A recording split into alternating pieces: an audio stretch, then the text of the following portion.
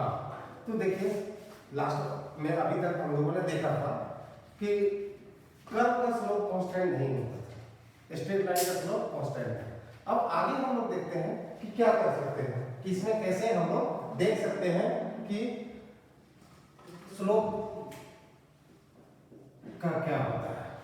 Next, अब मान लेते हैं हम लोग ये ले लिया हम लोगों ने y x, अब स्लोप में देखना है कर्व क्या, कर्व ले लीजिए कुछ ऐसा ले लेते हैं हम लोग, और यहाँ पर हम लोग मान लेते हैं एक पॉइंट P ले लिया, एक पॉइंट Q ले लिया। जैसे हम लोग स्ट्रेट लाइन में दो पॉइंट लिया था, जैसे A एंड B लिया था, यहाँ P एंड Q हम लोग ले रहे हैं। यहाँ पर हम लोग x1 y1 और इस जगह पर हम लेते हैं x2 y2 हमने ले लिया। अब देखिए ये तो आपको x1 मिल गया, ये आपको x2 मिल गया, y1 y2 ये मिल गया। लेकिन जस्ट ऐसे ही तो हम लोगों ने स्ट्रेट लाइन वाले में किया था, वो आप देखिए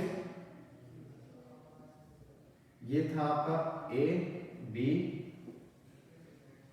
कुछ ये वाला, ये कुछ आपको मिल रहा है x1 y1 x2 y2। यहाँ लिख भी लेते हैं x1 y1 and x2 y2। अब देखिए तो आपको तो ये मिल जाएगा x2 माइनस x1, ये वाला हाइट तो मिल गया y2 माइनस y1, बट ये वाला क्या है, यहाँ पर स्ट्रेट लाइन है। अगर ये स्ट्रेट लाइन है, लेकिन बट ये तो स्ट्रेट लाइन नहीं है, ये तो कर्व है, तब आप इस कर्व को तो डायरेक्ट आप ट्रायंगल का जैसा बना करके नहीं लिख सकते tan थीटा का value y2 minus y1 by x2 minus x1। तब हमें क्या करना होगा, मेन बात इसी पर हमें सोचना है, और यहीं से डिफरेंशिएशन का मीनिंग भी हमें समझ में आएगा, स्लोप भी निकाल के देखेंगे हम लोग।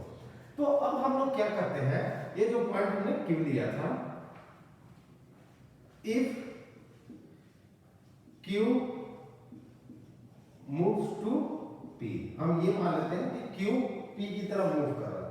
मैथमेटिकल में बोल रहे हैं कि Q moves to P, इतना भी कहने की जरूरत नहीं, आप जस्ट सिंपली समझिए Q और P पास पास है, बिल्कुल पास पास है।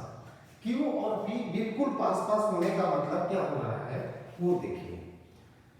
तो इसमें क्या होगा, पास पास का मतलब कि x y, ये पास पास होने का मतलब हम मान लेते हैं ये P और Q हो गया, P और Q पास पास है, मतलब बिल्कुल क्लोज है दोनों। तो क्लोज अगर है तो आप देख सकते हैं ये लाइन क्या बनेगा, स्ट्रेट लाइन बिल्कुल क्लोज में, बिल्कुल पास में रहेगा कर्व पर, तो स्ट्रेट लाइन जैसा ही हो जाएगा आपको। स्ट्रेट लाइन अगर ऐसा हो गया तो आप देख सकते हैं यहाँ पर ये कुछ इस तरीके का आपको दिख गया, मतलब एक ट्रायंगल की तरह हो गया। ट्रायंगल की तरह हो जाने का मतलब थोड़ा हम बड़ा करके देख रहे हैं, ये आपको ट्रायंगल की तरह हो गया, P और Q है ये, तो ये अब थीटा मान लेते हैं, यही तो था ना, ये थीटा मान लेते हैं, तो ये भी थीटा हो जाएगा। ये तो हमारा y2 माइनस y1 था, और ये आपका x2 माइनस x1। अब जब आप ले रहे हैं tan थीटा इक्वल टू क्या मिल रहा है आपको, y2 minus y1 divided by x2 minus x1, और यही आपको स्लोप देता था, और पहले भी हम लोगों ने देखा था। बट यहाँ पर देखिए कि P और Q बहुत क्लोज है, दोनों एक दूसरे के आसपास है। P और Q अगर क्लोज है, दोनों के बीच का डिस्टेंस बिल्कुल क्लोज है। अगर आप देखें तो नेग्लिजिबल जैसा है दोनों के बीच का डिस्टेंस। इसका मतलब है कि y2 माइनस y1, इसकी जगह पर डेल्टा y लिख सकते हैं। ये क्या हो गया है, जीरो के जैसा है।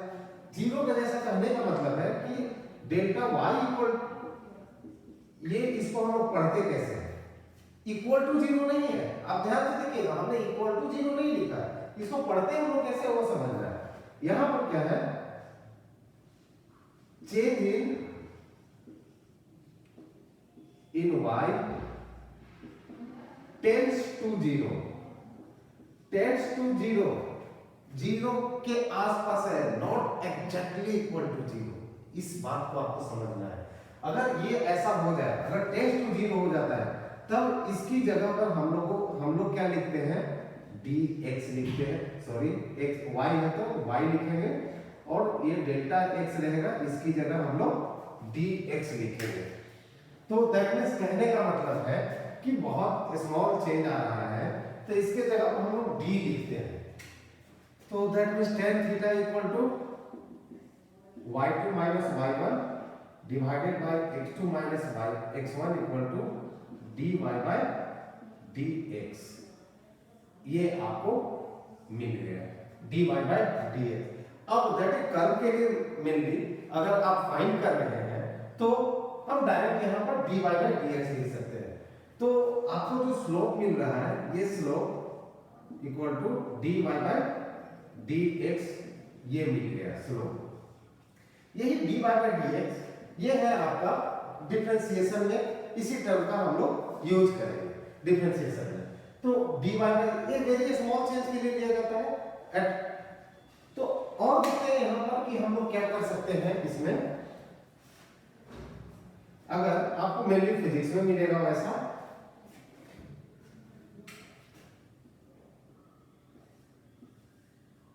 ये y है, मान लीजिए ये x है, ये t है, ये कर्व है आपका, मतलब कि x और t कहने का मतलब क्या होगा, x का मतलब है पोजीशन, t के साथ क्या होगा ये आपका चेंज करेगा, तो t के साथ चेंज कर रहा है। तो अगर इस जगह में स्लोप देखना चाहें किसी भी पॉइंट पर, तो ये क्या हो जाएगा dx बाय dt।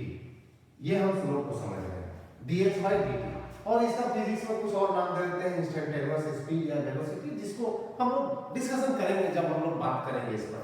लेकिन मेनली हमें क्या समझना था कि स्लोप देख रहे हैं, तो स्लोप देखने में dx बाय dt या ये जो वर्टिकल एक्सिस में रहेगा, हॉरिजॉन्टल एक्सिस में रहेगा, उसका d लेकर के हमें काम करना है। अब देखते हैं आगे जो मेनली है हम लोगों का डिफरेंशिएशन पर, जो हम लोग बात कर रहे हैं, हमारा मेन टॉपिक वही है, और इसे अच्छी तरह समझना है कि इसका एप्लीकेशन हम लोग करेंगे फिजिक्स में। तो देखते हैं आगे क्या होता है।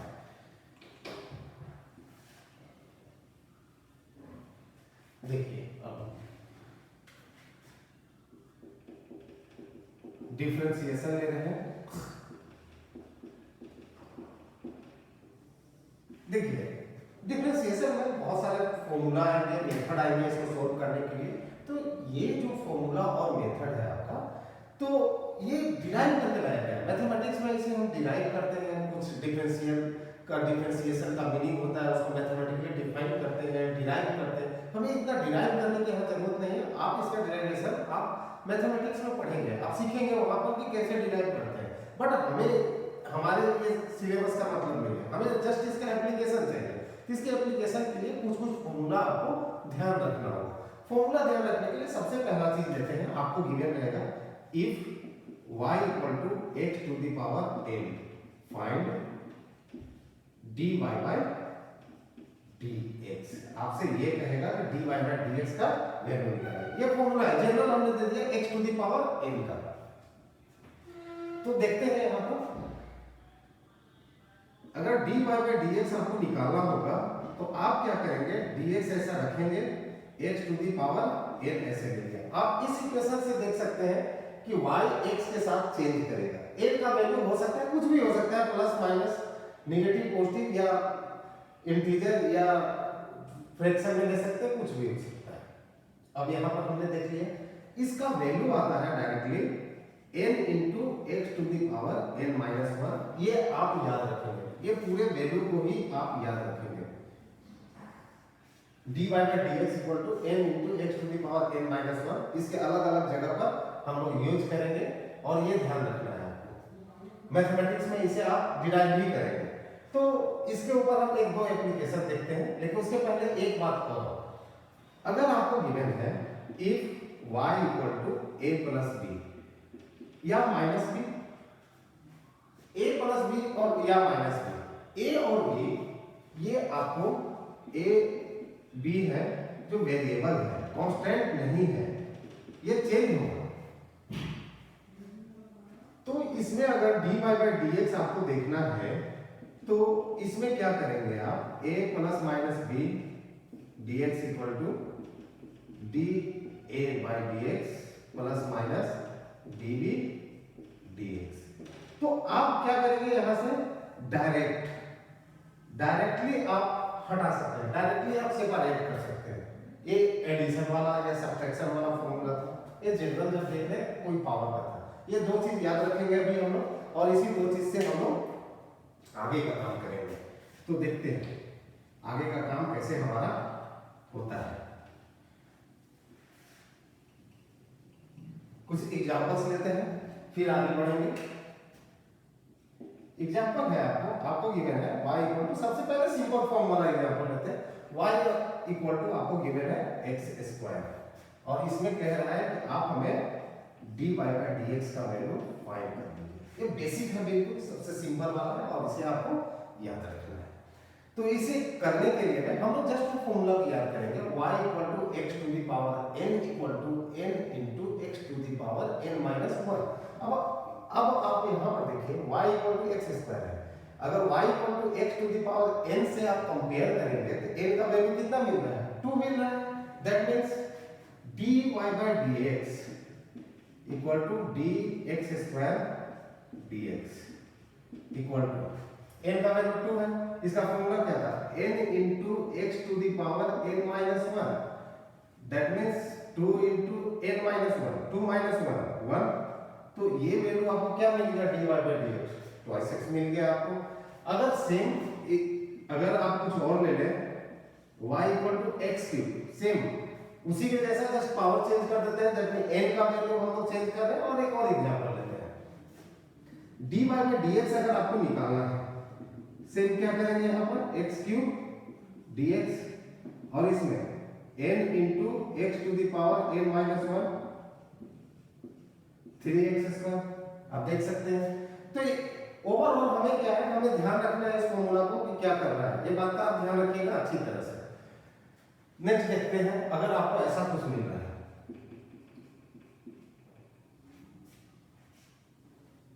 y इक्वल टू, अब आपको दे दिया है x square plus x cube, ये दोनों मिला करके आपको दे दिया। अब प्लस में आ गया x square plus x cube.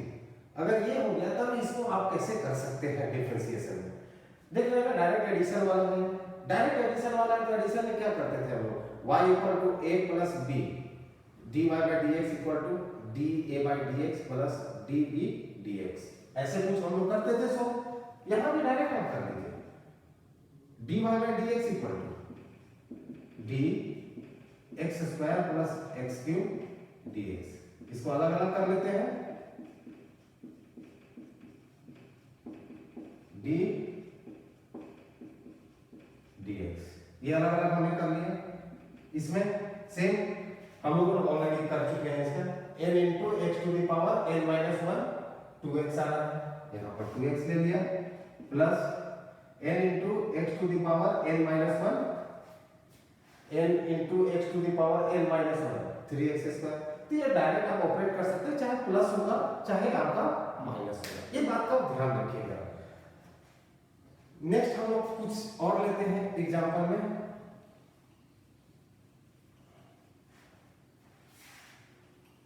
लेकिन उसके पहले एक बात और कर ले हम आपको, y इक्वल टू c, एक ऐसा लिया है ना y इक्वल टू c या y इक्वल टू 2, कुछ भी ले लें, c equal to constant, c equal to constant है। इसमें कहेगा dy बाय dx का वैल्यू क्या होगा। मतलब क्या है आपको कि आपको कांस्टेंट फंक्शन है, कोई फंक्शन कांस्टेंट है, उसका डिफरेंशिएशन करना है। डिफरेंशिएशन करना है दैट dy बाय dx का वैल्यू निकालना है। आप देख रहे थे पहले में dy बाय dx निकाल रहे थे, y x के फंक्शन में था, y x के साथ चेंज कर रहा था, हम dy बाय dx का वैल्यू निकाल रहे थे। अब ये कांस्टेंट है, कांस्टेंट तो चेंज करेगा नहीं, dy बाय dx का मतलब क्या है, आप चेंज कर रहे हैं किसी में, कांस्टेंट तो चेंज करेगा नहीं, कांस्टेंट चेंज किसी भी जगह पर नहीं होगा। जैसे आप देख लेते हैं, आप y और x का हम लोग ऐसे देखते हैं, y और x, y का वैल्यू क्या है, c आपको गिवन है। अब देखिए x का वैल्यू चेंज करते रहिए, x का वैल्यू जितना भी चेंज करेंगे ये y का वैल्यू आपको क्या मिलता रहेगा, c। हर एक जगह पर x का वैल्यू चेंज करता जाएगा, आप देख रहे हैं। लेकिन y में क्या चेंज आ रहा है, कुछ भी नहीं। तो y में चेंज इन y क्या हो जा रहा है आपका, इक्वल टू 0। तो 0 हो ही गया है, तो अगर आप dy बाय dx जब आप देखेंगे कि x में, इसका कहने का मतलब क्या है, derivative of y with respect to x, मतलब x के साथ में x भी चेंज करता जा रहा है, x के वैल्यू को क्या कर रहे हैं हम, x के वैल्यू को हम चेंज करते जा रहे हैं। यहाँ पे x1 ले लिया, यहाँ x2 ले लिया, x3 ले लिया एंड सो ऑन। अब x का वैल्यू चेंज करते जा रहे हैं, उसके रिस्पेक्ट में देख रहे हैं कि y के वैल्यू में क्या चेंज हो रहा है। तो यहाँ पे y का वैल्यू में तो कुछ भी चेंज नहीं हो रहा है। अगर कुछ भी चेंज नहीं हो रहा है, इसका मतलब क्या हो जाएगा, 0। तो दैट मींस आपको ये ध्यान रखना है कि अगर आप कांस्टेंट टर्म का डिफरेंशिएशन कर रहे हैं, ये ध्यान ही रख लीजिए, हम आपको याद ही रखना है, कांस्टेंट टर्म का डिफरेंशिएशन आप करेंगे किसी के भी रिस्पेक्ट में, ये वैल्यू आपको क्या दे देगा, 0। ये आपको ध्यान करके रखना है कांस्टेंट टर्म का डिफरेंशिएशन। और दूसरी बात, ये हमें पता चल गया, ग्राफ से भी हम समझ रहे हैं कि कांस्टेंट टर्म का डिफरेंशिएशन क्या हो जाएगा। और इसको अगर आप दूसरे तरीके से और समझें, दूसरे तरीके से भी अगर इसको समझने की कोशिश करें तो सेम ही बात आएगा आपको। x लिया, ये y ले लिया, इस लाइन का आप स्लोप देखिए, तो ये स्ट्रेट लाइन है, इसका स्लोप देखने के लिए हम लोग क्या कर रहे थे, हॉरिजॉन्टल एक्सिस के साथ एंगल बनना चाहिए, ठीक है, ये हम लोग पहले देखा था। देन tan थीटा का वैल्यू हम लोग निकालते थे, फाइंड करते थे। तो यहाँ पर आप जब ये देखेंगे, ये लाइन क्या है, पैरेलल टू दिस है, तो यहाँ पर थीटा का वैल्यू क्या हो जाएगा, 0। दो पैरेलल लाइन के बीच का एंगल कितना हो जाएगा, 0 हो जाता है। हम लोगों ने पहले भी देखा, अगर पहले देखा है कि 0 हो गया, अगर 0 हो गया तो tan थीटा का वैल्यू क्या हो जाएगा, 0। दैट इज स्लोप भी 0 हो गया। अगर स्लोप 0 हो गया है तो tan थीटा इक्वल टू हम लोग क्या लेते थे, dy बाय dx, इसका वैल्यू क्या हो जाएगा, 0। तो आप दोनों तरीके से समझ सकते हैं। यहाँ पर आपको समझने का क्या था कि आप अगर डिफरेंशिएशन भी करते हैं डिफरेंशिएशन मेथड से, वहां भी आपको 0 ही मिला जो हमने समझा। आप स्लोप से भी समझना चाहें, क्योंकि स्लोप को भी हम लोग जानते हैं पहले से, तो स्लोप से भी आपने देखा तो यहाँ भी 0 मिला। तो ध्यान रखिएगा कि कांस्टेंट टर्म का डिफरेंशिएशन हमेशा 0 होगा। एक और अलग तरीके से समझते हैं हम लोग, y equal to ax, a आपका गिवन है, कांस्टेंट है, और तब कहेगा कि dy बाय dx का वैल्यू हमें फाइंड कर दीजिए।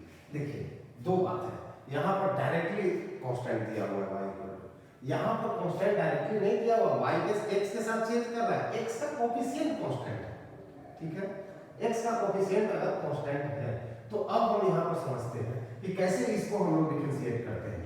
dy by dx equal to dax dx, ऐसा ले लिया। अब ऐसे टाइप में जब कभी भी सोल्व करना हो, देख रहे हैं ना प्रोडक्ट में आया मल्टीप्लाई है, कांस्टेंट x के साथ मल्टीप्लाई है, यहाँ पर डायरेक्ट था, एडिशन में नहीं है, मल्टीप्लाई में है। तो क्या करते हैं ऐसे केस में, ये कांस्टेंट को डायरेक्टली डिफरेंशिएशन से हम बाहर निकाल देते हैं,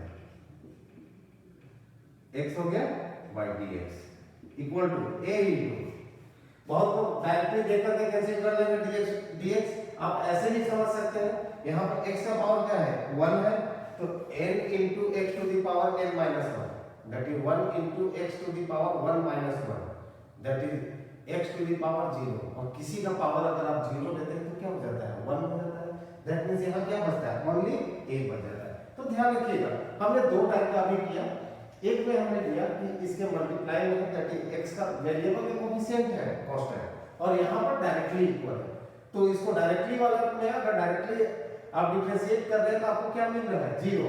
बट यहाँ पर जब आप कर रहे हैं तो आपको क्या मिल रहा है, जो आ रहा है वैल्यू a आ गया है, मतलब कि बच जाएगा कांस्टेंट। अब नेक्स्ट देखते हैं हम कि और क्या हो सकता है। नेक्स्ट एग्जांपल से हमें समझ में आ जाएगा। तो नेक्स्ट एग्जांपल अगर हम लेते हैं, हमने लिया y equal to 2x plus 3, ये ले लिया है, और आपको कहेगा कि डिफरेंशिएट कीजिए, dy बाय dx का वैल्यू निकालें। dy by dx y equal to 2x plus 3 आपको मिल रहा है, तो dy बाय dx का वैल्यू अगर आपको फाइंड करना है, dy बाय dx, तो आप क्या करेंगे, d 2x plus 3 dx। Beginners के लिए इनिशियली तो आपको स्टेप से ही करना है, जब आपको आ जाता है आप डायरेक्ट भी कर सकते हैं, डायरेक्टली देख करके ही अप्लाई कर दिया। और अब देखिए ये तो प्लस वाला टर्म, तो a प्लस b वाला टर्म सेपरेट कर देंगे दोनों को, सेपरेट कर लीजिए। d3dx। अब आप देख सकते हैं ये तो मल्टीप्लाई वाला आ गया आपका 2, तो मल्टीप्लाई वाले में हम लोग क्या करते हैं, डायरेक्ट बाहर कर लेते हैं, प्लस ये जो 3 है कांस्टेंट है, कांस्टेंट को आप क्या कर लेंगे, कांस्टेंट का डिफरेंशिएशन डायरेक्ट 0 हो जाएगा, ये आपका 2 हो गया, that is dy by dx का वैल्यू क्या मिल रहा है, 2 मिल रहा है। ये बात का आपको ध्यान रखना है कि कब कैसे हमें डिफरेंशिएशन में देख रहे थे, एक मल्टीप्लाई वाला आया था, एक डायरेक्टली कांस्टेंट वाला आया